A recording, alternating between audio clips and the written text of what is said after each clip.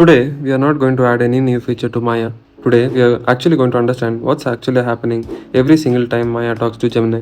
Let's look at this particular code of line. We've been using this since day one. But have you ever stopped and asked what actually happens when this line of code runs? Where does our message go? How does Gemini hear us? How does it send back an answer? And by the end of the video, you'll actually understand what is happening behind the line of code. Let's start with the problem. Maya is running on your laptop. Inside Google Colab, Gemini, an actual AI model, is not on your laptop. It is running on Google servers somewhere else on the data centers. So how does a message typed in your laptop reach a model sitting in a server thousands of miles away and come back with an answer with 2 seconds? That connection is called API. Think of it like a restaurant. You're sitting on a table, you don't walk into the kitchen and cook the food yourself. You tell the waiter what you want, the waiter takes your order to the kitchen. In the kitchen, the chef is the one who actually knows how to cook. The waiter brings back your food to the table. You never saw the kitchen, you never touched the stove, you just talked to the waiter and got your food. An API is a waiter. You are Maya's code.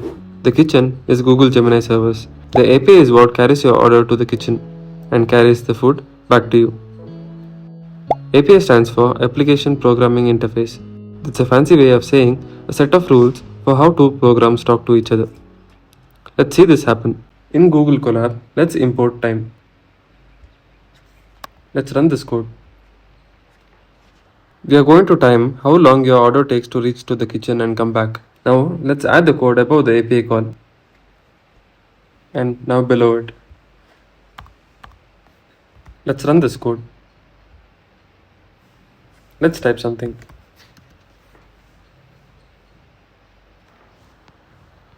Under a second. And that is the time your message crossed the internet, got processed and came back. That's your API request and response. Let's peek inside what we actually sent. Let's type this inside the code. Let's type conversation instead of answer. Let's run the code. Let's type something. Remember the list and dictionaries from the memory video? This is literally the order we handed to the waiter. It gets converted to the format called JSON, JavaScript Object Notation. Don't worry about the name, just know this. JSON is basically a dictionary written as text, so it can travel across the internet. Every API in the world, Gemini, weather apps, Instagram, your bank apps, sends and receives JSON. It's a universal language used to talk to each other. Now, let's look at what comes back. Below the API call, let's type. Let's run this code. Let's type something.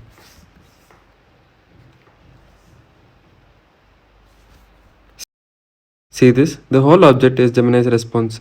Somewhere inside, it is response.txt, the actual reply we've been printing the whole time. But there's more in here too.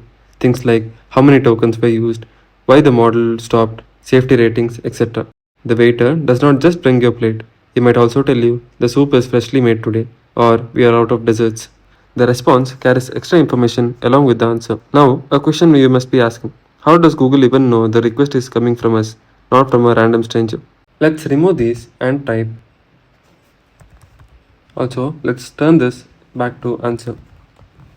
Let's run the code. Let's type something.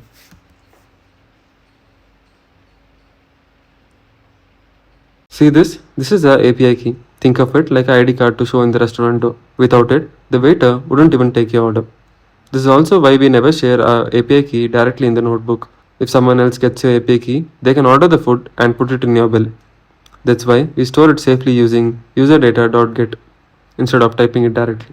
Fun fact, if you ever leak your API key in the GitHub by accident, within few minutes, bots will find it and start using it.